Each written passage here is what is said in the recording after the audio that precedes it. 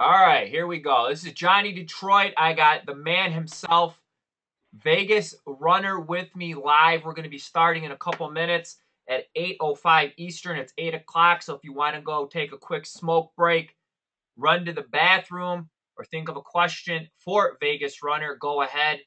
Just real quickly, you could use the pop-up chat option to send questions directly to me. When we did the one with Mr. Greg Shaker, it did end before we can get to all the questions. I have 4 existing questions already, and the only person who could babble more than me is Mr. Vegas Runner. So I would get those questions in right away. VR, you're with me, right? I'm ready to go, brother. Okay. So we'll give it a couple minutes.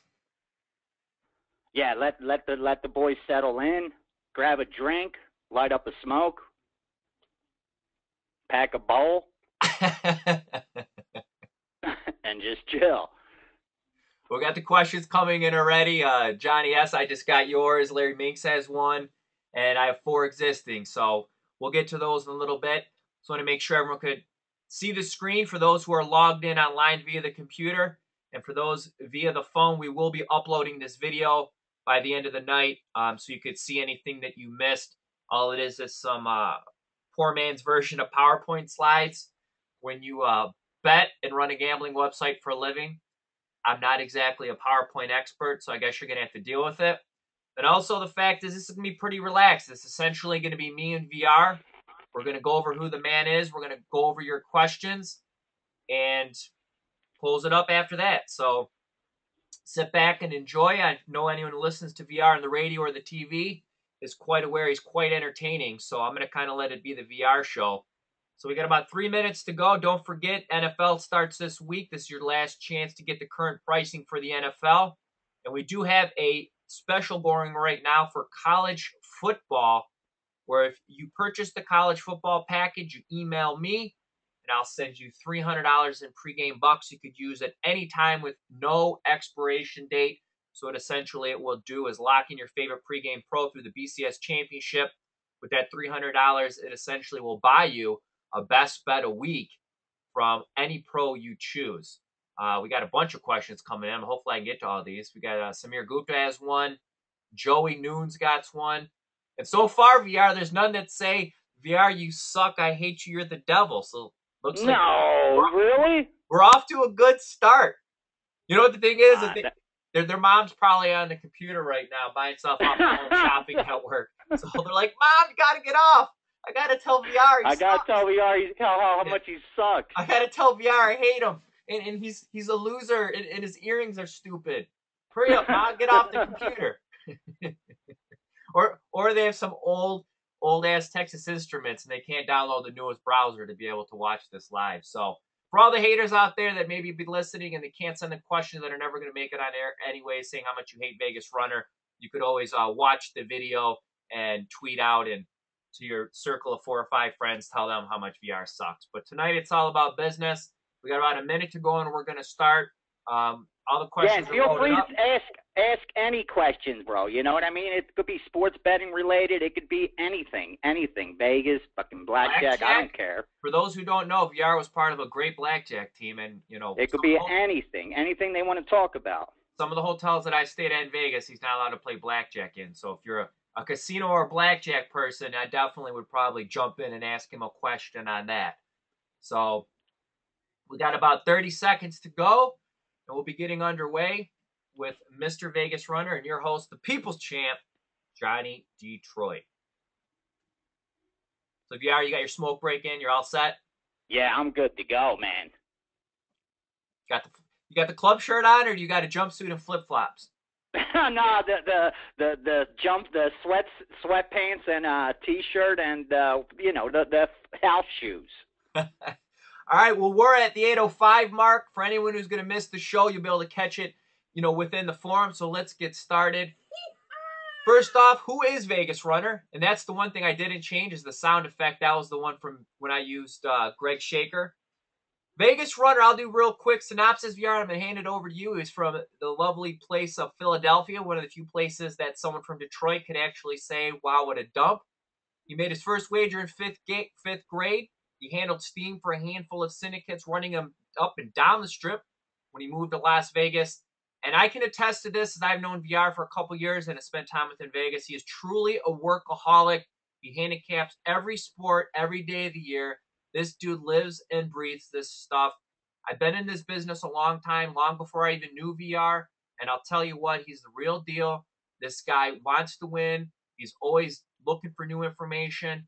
And to be honest, he's one of the most legit guys I've ever met in this industry. So VR, if you had to let these cats know who are listening to this and they're tuning in because they want to know VR, who is Vegas Runner? Thanks, bro. Honestly, man, I'm someone that loves what I do, dude. You know, like I wouldn't want to do anything else in the world except what I do. Like, you know, when you're made for something and you were born to do something. And for me, besides the fact that I love sports, you know, like most people that bet sports, they love sports, whether they played as a kid, followed it. You know, we didn't get into this racket by accident. And we all have a little gamble in us as well. And coming from Philly, you know, I do too, you know. But the truth of the matter is, you got to reach a point in your life where it either becomes like just your entertainment, just your hobby, or you're doing it to make money. Because otherwise, you know, you're going to have those sick days, and we've all had them, where, you know, you're rich one week, you're broke the next. And for me, it got to a point, fortunately, when I was young, and I crossed that bridge. And I had the opportunity was given to me to surround myself by some of the sharpest guys, and or otherwise I don't know where I would end up. You know, I probably would have kept taking book because I realized that's where the money was, being the house. But I got into the other side of it once I realized, like, damn, you can beat 11 to win 10. And when I started booking, I didn't think anybody could beat that. You know, like the thought of people winning was absurd to me, you know, until someone sharp infiltrated my book. And then you realize, you know, damn, there are people out there that really do win. And I got the opportunity, like I said, to start moving these games for these guys. And just my whole world opened up at that point. And I realized there's nothing else I want to do but make my living betting on sports and being in this industry in one capacity or the other. Then I did that forever, you know that. You know, I moved Steam for different guys, but then it went offshore. I became more or less not needed as much. I wasn't willing to move offshore. I stayed here, and I had made enough network, enough contacts, had enough bankroll that I could start doing it on my own. And that's exactly what I did. Then I came across you guys, was given the opportunity to start selling my information. And I jumped on it. And anyone that thinks like, oh, if someone's so good, why would they sell their information? To me, that's the most ridiculous thing I ever heard in my life. It's like, you know, why does a hedge fund manager manage other people's money? Because he's damn good at it, you know, and I know I have something of value. So if I could make money off it on top of what I do, you know, anyone would be foolish not to.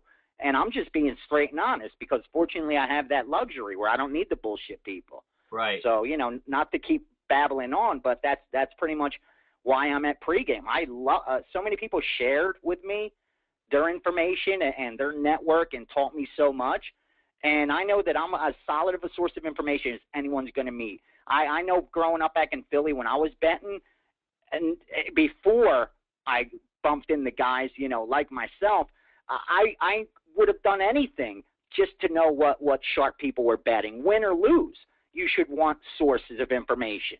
You know, that's what people don't realize. They're so into how many units is someone up. You know, what's their record over the last 5 years, you know, which absolutely means so little because it's 2012. You know, and the key is, you know, gathering sources of information, man, people that offer value. And I think I have the network, the experience, and I do this 24 hours a day to where I do that. And I love sharing it with people because I learn every day.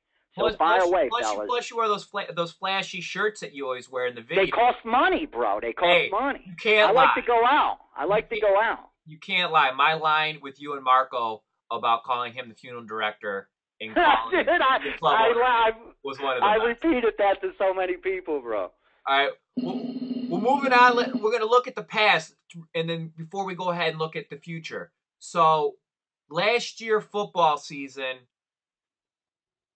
how did you do? What did you learn? And if you could just summarize last year leading into this phone call in say 2 minutes, how would you do it? I'll tell you what, I started off cold. I really did. And I don't want to blame that on lack of preparation or anything.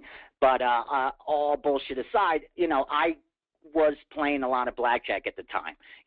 There was just a lot of money to be made at what we were doing. And I knew the window was so small before, we're just not allowed to play anymore. So I put a lot of time into that. And when you do that, everything else in your life's going to suffer. I didn't get time to spend with my family as much as I wanted to. Didn't get time to do as much with sports as I wanted to. And that was the sacrifice I made. And because of that, because I do bet, I bet every single play I ever give out. I mean, if you don't, to me, I couldn't look at myself. I mean, I couldn't urge someone to bet something that I'm not backing with my own cash. Right. So, and plus, since you got those nice bright white teeth now, I mean, you want to look at yourself in the mirror, right? With those yeah, exactly. Yeah, and at the end of the day, I started out behind in a hole, but I caught fire down the end. I mean, the last 2 months of the NFL season, the last 2 months of the college football, I think 11 weeks, 8, 9, 10, 11 weeks of college football, I was kicking ass at it like an amazing clip, and then it carried into the bowl season. But this year, it just seems so different. That's why I'm able to look back and say that. Because of the work I've put in now, because I've got all my sources lined up, dude. You don't know what my day is like before I bet a football game this year, what I go through before I actually make a wager. I mean, the checklist is ridiculous. And to make a long story short, I realize now that I didn't do that last year. You know what I mean? And you can't take this for granted, because when you lay 11 to win 10 and every dollar you put out there, they have a 4.5% edge, you can't cut corners. They're going to destroy you. I mean, in blackjack, even if you play perfect basic strategy, you get one of those cards and you play perfect, the house edge is only 0.5% on 6 decks. That's 0.5%. In sports, they got a 4.5% edge on every dollar we bet. That's a big number to have to overcome. So you can't cut corners, man, And this year, dude, because of all this stuff I'm doing with radio, because of all the stuff I'm doing with videos and with everything else, and more importantly, because I put a lot of my bankroll into work this year for football. I mean, I've got a lot invested in what I'm going to do in football. I'm all over it, and the results speak for themselves. VR, I got the questions rolling in, so we're gonna skim through some of this and try getting to the Q&A. I have 4 preloaded, and I have close to 20 questions already loaded. So I'm going to try getting to some of the questions and skim through some of this, and let's get to what the people are. And if I don't get to anyone's, dude, don't be shy. Put them out on the forum. I'll get to them tomorrow. Hit them up on Twitter. I love talking about it. There's actually one, Dave Bassinger jumped in and said he's taking the time to answer every question I've ever emailed or tweeted him. That's one of the things the funny thing is VR, with all the haters out there, to me, you are one of the most open, always there. If you lose a big game, you're in the forum posting before someone can go on there and says you suck, and you're taking the question. So I'm going to skim through this. 2012, you're up 33 units right now. You're 63% at MMA boxing premiums, and you're just rolling through those. You're 70% on 66 football play so far. Did I read that right? Is this Kevin Duffy, Stu Fighter? Is that no? Hell no, bro. I made 66 bets so far in football, and I've hit 70% of them. And I've made that's 56 units just with that 1 to 3 spread. And what I've told my guys, and it's on my pros page, and I pass it along in the morning newsletter, that what I'm doing with this football season is a little different. Even though the most we could show on pregame is a 1 to 3 spread, I'm really lowering my volume and I'm increasing my bet size. That's something I learned and carried over from blackjack, because so many times you are playing at a negative that when it does turn positive, the only way to beat the house is to absolutely unload. And I'm not telling anyone to go there out and bet more than they could afford, or to, have not practice proper money management. Otherwise, they're going to go broke. But with that said, it's better to be patient, to pass, and to find those spots and take a real big, a manly fucking position, dude. That's what I've been doing. And, you know, it might sound like a lot to some people, 66 bets, but we're talking about 4 weeks of NFL preseason, 5 weeks of CFL, you know, now 10 days of college football. That's a lot of sides and a lot of totals that I could have bet into, and I'm being as selective as possible. Well, that's good. What we're going to do is for everyone who's logged in via the internet, I know we got some people listening fire just these via the questions, phone. bro. I don't want this to be a VR infomercial and shit. That's what I told you. This is going to be relaxed. I don't have a censor here to stop VR from all the F-bombs, so we're just going to have to let it fly. Before we get to the Q&A, I'm going to set my phone we're going to do about a minute. And this is just important information for help us to be able to guide what interests you at pregame. And when the webinar ends, there's going to be a short survey, probably take you a minute and a half to answer. I'd really appreciate everyone to take the time to do that. So for those logged in from the web right now, in about 2 seconds, you're going to see a poll jump on your screen. I'd really like if you took a couple seconds to vote. This helps us understand our audience a little bit better. So I'm going to set the timer. We'll go a minute on the voting. Anyone who could take the time to do it, appreciate it. VR, in the meantime, while everyone's voting, what else is going on in your life, VR? Let's say forget the sports, personal level. Are you at a pool party? I was mad you never sent me the pics. No, I'll tell you what. I'm not gonna. You know me. I'm not gonna lie about something being better than it is. It is what it is, and you know you saw the last one. You know, I mean, everyone did. But this one just wasn't like that, and I couldn't disappoint the fans. You know, they're waiting for something good, and if I can't produce it, I'm not there to waste anyone's time. But truth of the matter is, the summer's over now, you know, and now it's like buckle down and work. And that you could feel the excitement out here, I'll tell you that. You know, I like to go out, you know that. You know, I mean, I'm older now. It's not like I go clubbing and shit like that, but I like to go enjoy myself. Just a little bit. You could just feel it out here, dude. I mean, people are so hyped for the football season. All right, and this is really good news really quick, is I don't know on your end what you guys are seeing, but for the people that voted, the question is what made you initially buy VR? I mean, there's some people through the Twitter, the forums that are registering, but the initial invites went to all your former clients. Tampa Bay, 2-run Jack. Sorry. 72% of the people that just responded to this interactive poll said that their initial purchase of UVR was because they followed you on the forums and Twitter. And I love seeing that because this allows me, because I handle sales at pregame, this allows me to go back to the pregame pros and tell them, get in the forums, get on Twitter, interact with your audience, communicate with them. This isn't the old days where you could put up some stock photo or have some BS on a 900 number. If you're looking for people to invest and to buy your product, you need to be available. And to see 72% of the people say that the reason they bought you the first time was because of either the forums or Twitter is really encouraging. So we're going to get to the meat and potatoes, VR, the questions and answers. So I know the only person that likes to babble more than me is you. So I'm going to get to the questions. Shoot it out real quick. When you pause, I'll go to the next one. Like I said, we got about 20 loaded online. I got 4 preloaded, and there's a couple that I saw that I'm going to want to jump into. So the first one, I've heard from you and many others that the best time to bet football is early in the season before the books can make their adjustments. What do you look for, and when do you know that they have adjusted their lines? VR?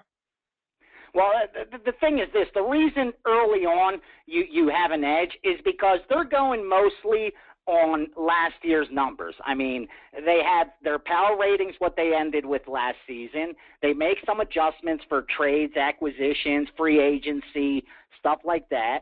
And that's it. They have no data from this year, nothing relevant going forward. The way you take advantage of that is by, A, simply being ahead of the market, and you do that by looking for things that they may have missed. You know what I mean? Regardless of what it is. You may think it's the most insignificant thing, but you got to remember, it's very hard for them to factor everything in. So let's say you're a guy from Pittsburgh, and you know DeCastro now got hurt, and the weakness for Pittsburgh was their offensive line. You know, but let's say you know that the guy stepping in for him is a stud. No one knows him, but you followed him in high school and college, and this kid's a stud who's just been waiting for his opportunity. Now, the market's not going to catch on to that. They've already adjusted for the fact Pittsburgh's offensive line now it has questions. You're seeing that already in the marketplace. I've heard it 10 times in the last 2 weeks while at sports books when I brought up the Pittsburgh Steelers. So it's things like that. And more importantly, moving forward, books adjust based on data, but they also have to adjust based on perception. And what they know is that the average sports bettor remembers what happened last, and they take advantage of that, because you have to remember what they're doing in football is totally different than what they do in any other sport, because when it comes to football, short money is so minuscule compared to public money. I mean, the recreational bettors' cash outweighs sharp money astronomically. And VR, that's actually going to lead us into our next question. I don't want to cut you short, brother, but that's what it is. And cash moves the lines, baby. Is real quick, I just want to add to that one really quick, is I like Tulane on Saturday. I got that from a couple sources, and one of my added checklists this year is doing some extra research and checking with some private handicappers, and they were playing Rutgers, and everyone, like you said, last year's data, Tulane was garbage. I think they lost like 10 straight 10 this season. Then you got Rutgers. They're favored to win the Big East this year, or at least contend for it. They won their bowl game last year, but Tulane has like 54 Letterman returning back. I thought that was way too generous on the points, and it was based off perception from last year and going into this season. Penn State opened as a double-digit favorite against Ohio, who was bringing back a stud quarterback and is loaded on both sides of the ball, one of the best teams in the MAC, and half of Penn State their top players went to other schools, and they only returned 10 guys anyway. But because they're a Big Ten school, because the last year stuff they're going on, you got it. That's how you get out ahead of the market. It really is that simple. We make it harder than it really needs to be. So moving on to the next one, VR. Football always seems to have the so-called trap bet. I know Marco, and this is me jumping, I know Marco loves those. I'm not a big fan of really believing in trap bets. And the question is, the line that looks too good to be true, how do you determine what a trap bet is, and how do I avoid falling into it? So I guess the first thing is, for you to answer this, do you believe, like Marco does, that there's actual trap bet lines, or do you think it's a slightly we've had shaded? This argument before. Me and Marco have argued about this back and forth, and I'm taking nothing away from the guy, because what he does with traps is masterful. You know what I mean? So however it clicks in his head, it works. Okay, right. I just don't think he's understanding it the right way. But I don't believe there's a thing as a trap, because I don't think they have the ability to do that. Meaning, do you really think these guys are that good that they could put out a number and set up traps for people? And to be honest, that's not their objective. They're dealing with their livelihoods with these lines, and for them to risk that on one game, I don't see happening. And the only reason I really don't believe in trap bets is last year, and I'm looking to continue it this year, I did a column called the Bookie Report, and I sent a list of questions to various sports books, offshore and in Las Vegas, to their headlines makers. And many times there was these projected games, if so-and-so played, and almost every time the lines were within a point of each other, which for the most part, these guys have set power ratings or what they're doing to create these lines. And if it was a trap line, they would be putting in a guesstimation. Bro, just listen to me carefully on this. Who are they trying to trap? 95% of bettors that lose anyway? That's who they're trying to trap? Or are they trying to trap the few percent of the people that do make money that they couldn't trap even if they wanted to? Because if they could trap Billy Waters, he wouldn't be slapping them around and making them move lines 3 and 4 points every time he bets, okay? Exactly. So they can't trap him, okay? So real who quick, are they trying to trap? Who are they trying to trap? The recreational player that's going to end up losing long-term anyway because he doesn't have the bankroll to withstand negative fluctuations? Speaking of Billy Walters, the next question leads into that. My question for Vegas Runner is this: about how many betting syndicates are there in Las Vegas that he knows of, and about how many people would he estimate are working for the syndicates, and how much money do the runners or lower people bet and make? More now than ever before, and here's why. So many really smart people realize that the sports betting market has a lot of opportunities. Besides being able to beat it because they have to account for an unsophisticated betting market. And I'm not knocking any recreational bettors, dude. I'm not knocking anyone, okay? But I'm just telling it like it is. I'm not going to sit there and bullshit people. I'm going to tell it like it is. And the truth of the matter is, it's just like the stock market. Once E-Trade and all that stuff opened up, there was a handful of people, that really got richer than they ever did before because the stock market got so much easier. And the reason was because all of a sudden everyone became a day trader. They sat in their pajamas, they opened $200 E-Trade accounts, and they thought they were stockbrokers, okay? That's why sports betting's beatable, because there's so many people doing that with sports betting. And one day, hopefully, it becomes legalized, and we're going to have the same phenomenon happening. But that's a different thing altogether. But what happened was a lot of smart people saw that there's opportunities in this betting market. So there's more syndicates than ever before. Back when I started out, the only syndicates were a handful of them, 3, 4, 5 guys. And it was street guys that happened to get the right connections, that were able to hire some smart people and took advantage of the lack of technology that sports books had. I could talk on hours on how they did that because I was right in the middle of it. I've heard stories of actually Billy Walters and them at the Vegas airport, since it was people from all around the country, that they would actually throw some cash to the people that clean the planes to collect all the out-of-town newspapers. Of course. And that's what I'm saying. They had access to information that the guy creating the line and the sports books that were putting up the line didn't. And let's not forget, now you look at your line screen and you see Penny moved it, you see Chris moved it, you could move your number and not get bet into. Back then, until someone sharp came into your shop and bet it, you had no idea that the numbers changed. How much do runners make, VR? You get a percentage. It's either you get a percentage of the volume, meaning, win or lose, you're going to get this 1/4%, 0.5% of all the volume you bet. Other guys get flat cash every day, whether you get paid $150 a day, whatever it is, whatever deal you could make. Others invest in the bankroll, and now most of the bigger syndicates, because outs are so much more easily accessible now, and they don't need as many runners. Now what they ask for mostly is for you to invest in it.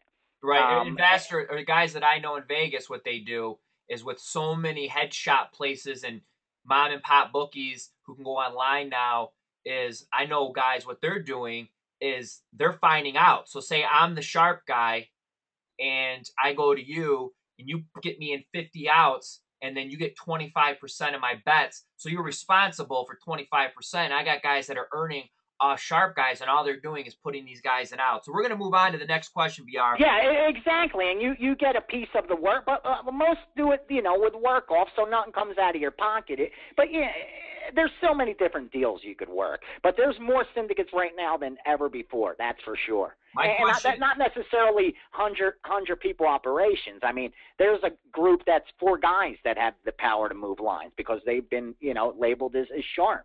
My question is this. I see a lot of pros place bets on money lines in baseball. How do money-making pros decide where to How do money-making pros decide where to take the money line or the more attractive run line? It seems like baseball is the sport where underdogs surprise the most. How are pros able to show consistent profit with run lines and money lines in MLB? And real quick, I'm going to throw a number out there, VR. Let you answer quick, and then we're going to have to move on because we got, like I said, about 20 questions in queue. Is for the answer to that on run lines. This is some real great data, and I have it on my dry erase board so I could know these are accurate. For when a team wins outright, this is the percentage of a time they cover the run line. A home team that wins outright covers the run line 68.5%. The away team 77.1%. Home favorites 69.7%. Road favorites 79.1%. And a road favorite minus 120 or more is at 80%. And the obvious answer is the home team doesn't bat once they win in the bottom of the 9th, where the road team could keep batting. So I've done a lot of stuff on run lines, and it's not foolproof, but I tend to like to focus on road teams due to the extra at bat in that top of the 9th. Because if you take those big favorites and a Verlander or whatnot minus the 1.5 to save yourself money, then it's a close game. It gets to the bottom of the 9th. They win 2-1. They don't bat. So I'm going to let you go real quick with your answer to that, and then I'm going to start signing off. Quickly, if you ask 90%, if you ask every betting syndicate out here, the big ones, about baseball, they'd say they wish they could have it year round because they're grinders. And what that means is, they're looking for the smallest advantages and they're taking, that's what they're putting their money into. But you got to remember, with baseball, you have 15 games a day every single day, 7 days a week almost, except for, the Thursday where they're traveling. For football, you have an NFL season. Compare it to a baseball season, it's not even close. So the amount of action you could put down in baseball, you need a much smaller edge to make money long term. It's kind of like, again, I'll compare it to Blackjack. If I am able to flip the edge in my favor, they have a 0.5% edge. Let's say I have my system gives me a 2% edge. So I flip it minus that 0.5%. Now I have a 1.5% edge. For me to make money off that 1.5% edge, I need to play as many hands as possible. I need to put in as much money in play as I possibly can. I know there's going to be negative fluctuations. There's going to be positive fluctuations. But in the long term, the law of big numbers tells me that if I'm plus EV, this is what my expected value is. And when it comes to baseball, like I said, they look for much smaller edges. There's so much scalping going on. It's just a different animal altogether. If you're a recreational bettor, you got to be real cautious betting baseball because of the fact you are laying money lines, and that could get extremely dangerous because of the winning percentage you have to attain if you're betting favorites. All right, moving on. We got Larry Meeks. He has a question in VR. I actually have the cheat sheets in front of me, so I'm going to babble them off. If you disagree with anything, you could jump in. If not, we'll get to the next question. Larry wants to know, what are the key numbers in point spreads and totals? In NFL, the 3 on average, and this is about going back to data from 1996 up to about a year and a half ago. Number 3 is worth about 21 cents. The number 7 is worth 13 cents. The number 10 is worth 12 cents. The number 14 is worth 11 cents. That's NFL only. NFL totals. The number 41 is worth 10 cents. The number 30 is worth 10 cents. The number 37 is worth 11 cents. Moving on to college football. Now, this is an important one. A lot of people, they hear 3-7, they automatically assume key number. Key number in NFL doesn't correlate to key number over in college football. For example, the number 3 worth 21 cents in the NFL. In college football, it's only worth 13 cents. The number 7 in college football is worth 9 cents, whereas in the NFL, it's worth 13 cents. In terms of totals, in college football, there really isn't a true key number. 37 is worth maybe 10 cents and 41 is worth 9. But outside of that, there's really not a technically true number in totals. What I would do in the college football, and VR, I'll let you jump in after this last point, is the infamous correlated parlay. And my general rule is this. If 5 Dimes, Pinnacle, or Greek won't let you parlay a side to a total, that means it's pretty sharp. And if you could find a dumb book or a local that will, long term you're going to beat those. And I believe the math is what, VR? 3-1 number into total. So if you have a team minus 21 and the total's 45, you take the dog in the under and the fave in the over in parlays. And the assumption is for the game to go over, the favorite's going to have to cover. For the dog to cover, it's going to stay under. VR, do you disagree with anything I just said? I agree with everything you said. And to take it a step further, I mean, before all this data came out, that's why I'm talking about back in the day. The market was so beatable. I was able to buy on and off of a 3 for 10 cents. Every half point was cost 10 cents back then. Now they found out, it should be $1.31. Add the 21 cents that you talked to the $1.10, and it should be $1.31. So nowadays, what you have to pay for the half point, unless you're able to really get it at a good price, sometimes I'll tell you it's not even worth it. Fortunately, I have a lot of outs, and I'm able to maneuver like that. But books have gotten smarter with that buying on and off of the 3. And what you said about the correlated parlays, it's absolutely right. If they're not taking them, there's a reason, and that lends to, if there's small limits on a sport, there's a reason. Exactly. You know what? And that's going to jump into the next question, and it's from Samir. What do you look for in your NASCAR bets? I have followed you and have been successful following you in the NASCAR. And the funniest thing was when you meet VR, he is the furthest possible thing from what you would think for somebody who likes NASCAR. So I guess it goes down to it doesn't matter what it is if you can make money. I mean, this dude, I mean, flip flops, club shirts. I mean, if he was at a NASCAR event, I probably wouldn't want to walk to the bathroom with him because he might get jumped in the stall. I mean, he doesn't look like a NASCAR fan. So, what do you look for in your NASCAR VR? It's simple. I have a couple cousins down south. And Shut the hell up, you do. Are you I serious? have my rebel flag. No, I'm the about to say truth there's no is, Greek people down south. I don't think so. No, honestly, I keep it simple, man. Like I said, my thing is to always try to keep things simple. I look at certain drivers that do good at certain tracks. I look at certain teams that do good at certain tracks, certain cars, meaning whether it's Ford, Chevy, or Toyota, and the team, what tracks they do well at, what drivers do well at those tracks. And I look at the practice notes, and you see I send a link out to them pretty much every week.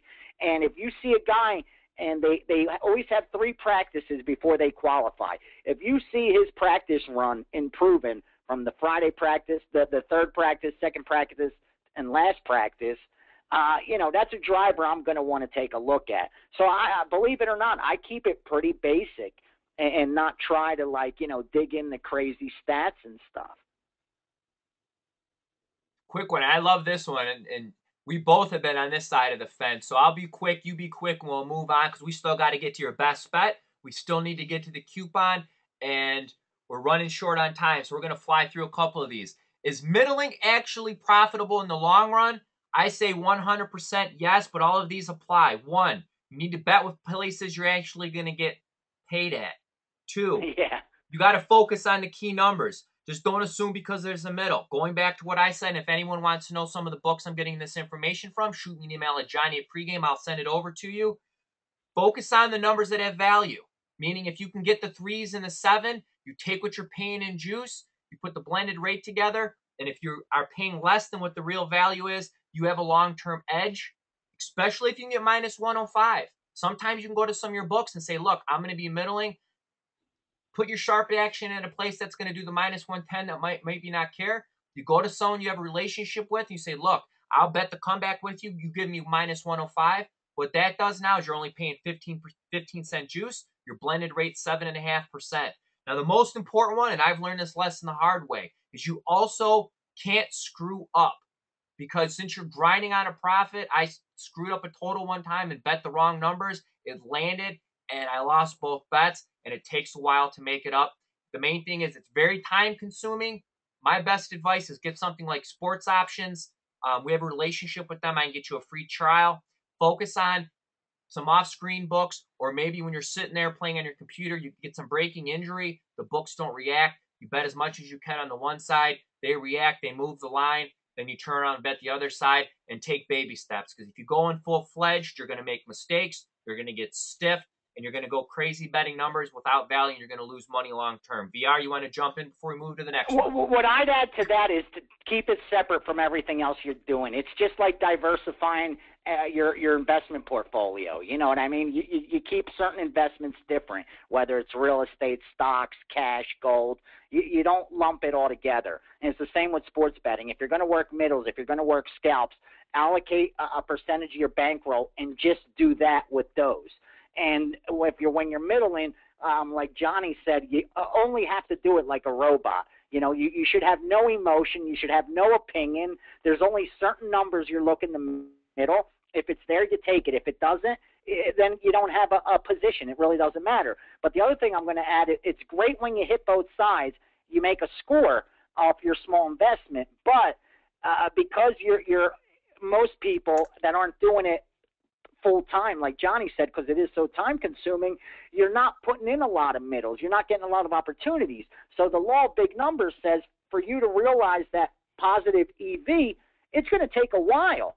So you may be bleeding money slowly, and then that one weekend you hit 3 middles, and all of a sudden it made up for the last 3-4 months. But if you're not able to overcome those 3 or 4 months where no fucking game's landing on that number, you know what I mean? You're like, why am I even wasting my time doing it? So you got to know what you're getting into, and you got to be able to allocate funds just for that. We got about a couple more minutes left, and I just want to say this. There's no possible way we're going to get to all these questions. So what I'm going to do is I'm going to get a hold of VR. I'm going to get his schedule. I'm going to try getting him back on the webinar next week. VR, you're super popular. I mean, literally, as we're answering them, I'm getting 2 or 3 new ones. I'm all over it, dude. I'll do this every week. If people want to hang out and do this with me every week, I swear, I've got no problem if we organize a day and everybody just chill, grab a drink, and let's talk sports betting, man. So what I want to do is everyone who didn't get your question in, we're going to go to a couple more. Send me an email with your questions. I'm going to log them on a spreadsheet, and I'll make sure your questions are the first ones answered. Especially since I talk too much. You know what I mean? I don't get short answers. RJ would have a nervous breakdown on this because he always tells me I say everything twice. I sound like that dude from Goodfellas who said everything twice. And you talk Jimmy like I do. Time. Yeah. Johnny 2 times. I'm going to change my name. So I love this question. Get the papers. Exactly. How long do you typically stay at a blackjack table? I listened to a Chad Millman podcast where a blackjack expert stated 20 to 40 minutes on a blackjack table. Do you agree? And do you have any thoughts on craps? It depends what you're doing, man. I mean, for me, here's the bottom line. The more time I put in, the more I want to put in as much time as I possibly can. Every minute that you're not playing, every hand you're not playing is money you're losing when you're playing with an edge. That's what you got to realize.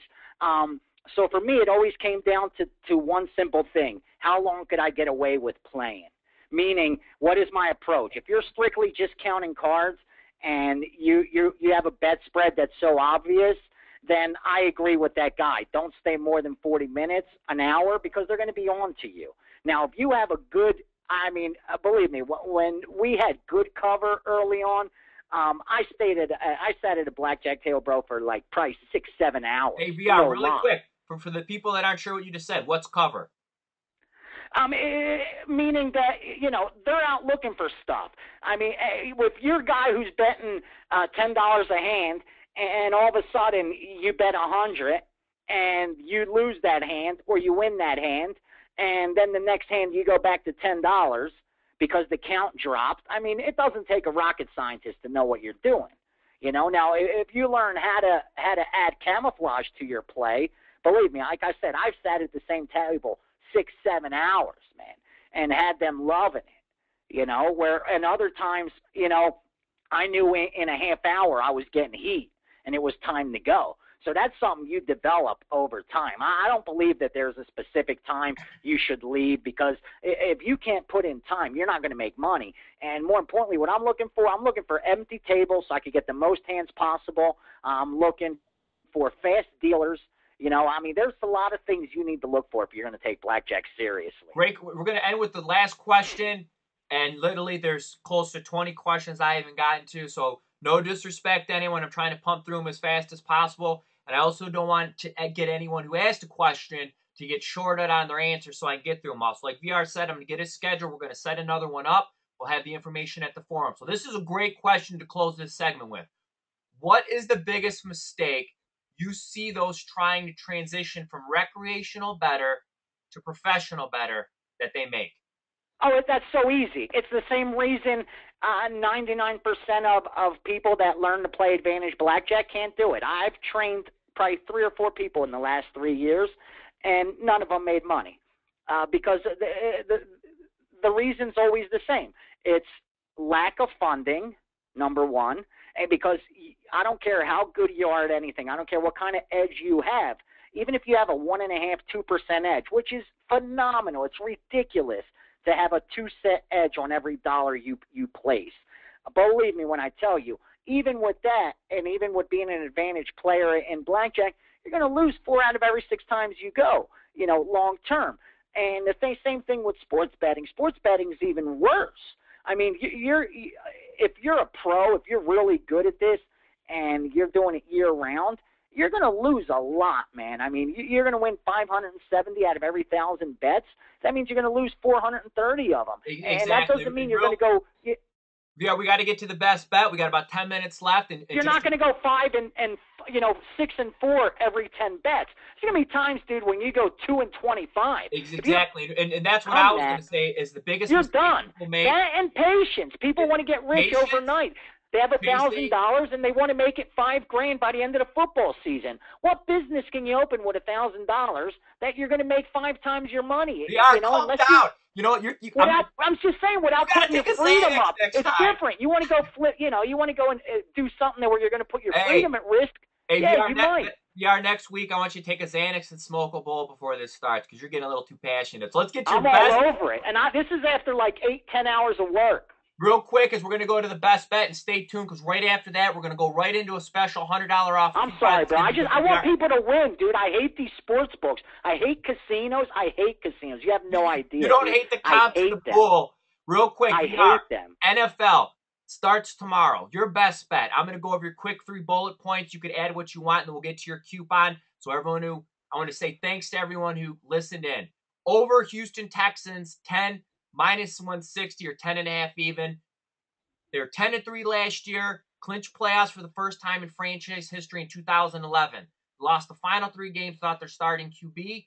It's an NFL dominated by the offense, and even average QBs deserve over 5 wins. Second, Arian Foster got the contract he wanted, along with Ben Tate, rushed for 2,000-plus yards in 2011, even with defenses focused on them due to the injuries to Andre Johnson and Schaub. Impressive so far in their 2 preseason games. Last but not least, one of the softest schedules in the NFL season. And VR, my main point that I love this pick is the fact that, we talked earlier on the phone, the Houston Texans last year, prior to Manning getting hurt, were playing second fiddle to the Indianapolis Colts. Manning goes down. They are now ordained. The odds on them went through the roof to win the division. I feel getting picked now to be the dominant team in that division. They are a year removed from that. Now they're considered to be they know where they're at. Last year, they were expecting to go into the season having to go against the Colts and Peyton Manning. That is gone now. I love the pick. VR, before we let you finish up with why you love it so much, for everyone that tuned in, you're going to get $100 off Vegas Runners NFL and or college football season subscription. This is good for 72 hours using the coupon code VRWeb. That's right. When you check out, you put in VRWeb. They'll instantly take $100 off his NFL or his college football subscription. And you are also entitled to the current special going with the college football, where you get the extra $300 in pregame cash from me. If you're looking to get multiple guys, you can contact me. I'll take care of you. VR, real quick, add on why you love the Houston Texans over. And then from there, what I want you to do is I want you to tell the audience why they should invest with you for football season. We got about 5 minutes left before we close things down. I'm going to hand the mic over to you. Awesome. Thanks for hooking my people up too, man. Thank you. Strictly, this is the best bet, the biggest bet I made for season win totals. I mean, I couldn't get enough of this. I was betting until I was running out of money when I was at a book. No lie. You know, whatever I had in my pocket at that day, I was unloading at 10, and now it's up to 10 minus 160. I even bet over 10.5 at a couple spots at even money, because half a win in the NFL is worth 50 cents. I was getting 60 cents, so it's a little bit of an edge to go over 10.5. Make a long story short, you hit everything on the head that I said. And at the end of the day, this team just has to do what they did last year, is win 10 games to push, and they have to exceed that, do better than last year for you to cash the ticket. And if you don't exceed this team doing better than last year, I mean, you're not looking at it right. Schaub, like you said, got hurt. They had gone 10-3 and already clinched. When a team like this, who's never been in the playoffs, clinches a playoff spot, of course they're going to have let down the rest of the season. And yet they still won a playoff game on the road. This team's for real, bro. I'm going to tell you how big they're for real. Bet them to win the Super Bowl. They're one of my picks. I'm going to give them out this week in my morning moves. I've picked the Super Bowl winner 3 of the last 5 years before the season start. And this is I give a NFC representative, an AFC representative, and then a long shot wild card as a future bet. And I'm telling you guys right now, before I've given it to anybody else, I haven't given it out to anyone as far as, you know, clients go.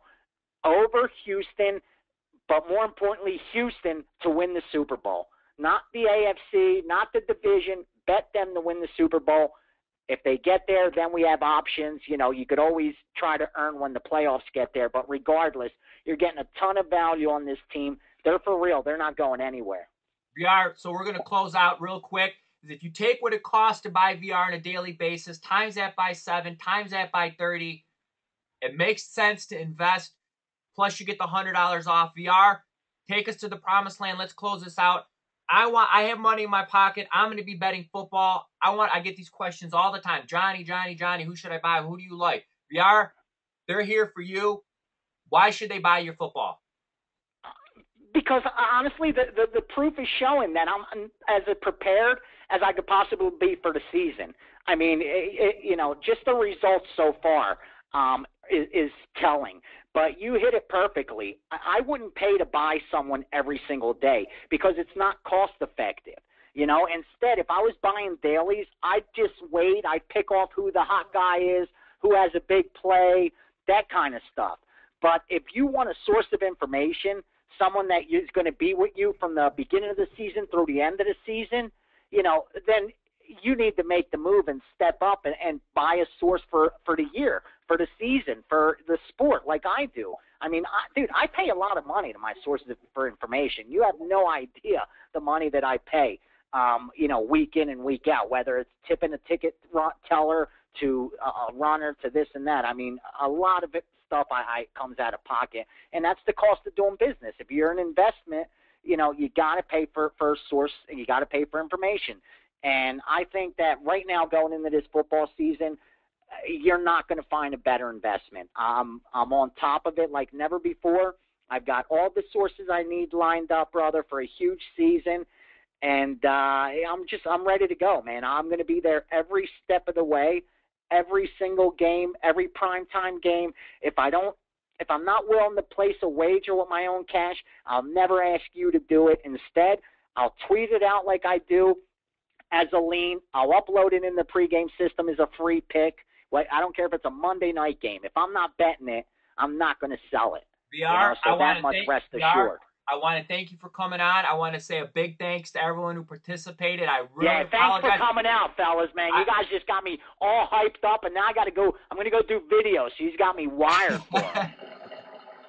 Well, I want to thank everybody for coming on. Don't forget, VR Web will get you that $100 off if you're looking to get multiple packages. Shoot me an email at Johnny Pregame. I always take care of my people.